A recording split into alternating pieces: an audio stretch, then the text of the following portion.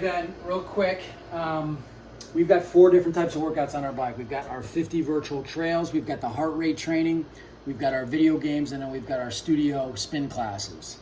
So in terms of what we offer, in terms of a musical component and the beat of the music syncing with the effort we want you to work at, heart rate training, our MOi cycle heart rate training more specifically, seems like it might be a collaborative opportunity with you. So we've got 15 different heart rate interval training programs on at a time.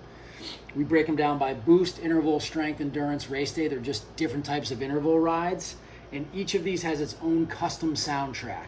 These change every 2 months. So we've got a library of 300 plus interval workouts. So if I'm going to choose endurance 6.4, actually let me back up real quickly. I would sync my Bluetooth headphones if I was riding at home or in your club, but I'm going to sync this Bluetooth speaker so you can hear the music. So I'd tap the Bluetooth symbol. I would connect to the available Bluetooth device, which in this case is this Bluetooth speaker, and we're connected now. So I can choose any of these workouts, and again, each one will have its own custom soundtrack. So I'm going to hit go. I'm going to put in my age, because this is based on age predicted max heart rate. And then we're going to get ready to ride. So you'll hear the music come on as this particular workout starts. It's loading, as you can see. Sometimes based on the internet connection. We've got a big storm going on outside, so it's messing with the Wi-Fi a little bit. There we go. So the key is these 2 gauges. The gauge on the left is your cadence, or your RPM, and the gauge on the right is your heart rate. Here's the routine for this particular program. The music just kicked in. We've got a 50 to 75% of my max heart rate 5-minute warm-up. So the clock is counting down. So we're a few seconds into this. I've got to get this right gauge to light up in that 50 to 75 range with my heart rate grips here.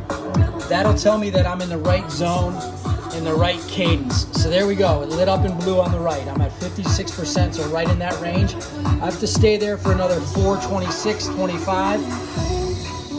The key here is there is no particular beat I gotta ride at, because this is a warm-up. So there's a 0 for the cadence goal. I don't have a number goal. I can ride at whatever cadence to get in that 50 to 75% for my warm-up. I'm gonna turn this down a little bit. Where the beat of the music collaborates with the RPM or the cadence is when we get to this next stage after the warm-up is over, where the music will be at an 80 beats per second, or per minute rhythm, and that's the cadence I gotta ride at, 80 RPMs.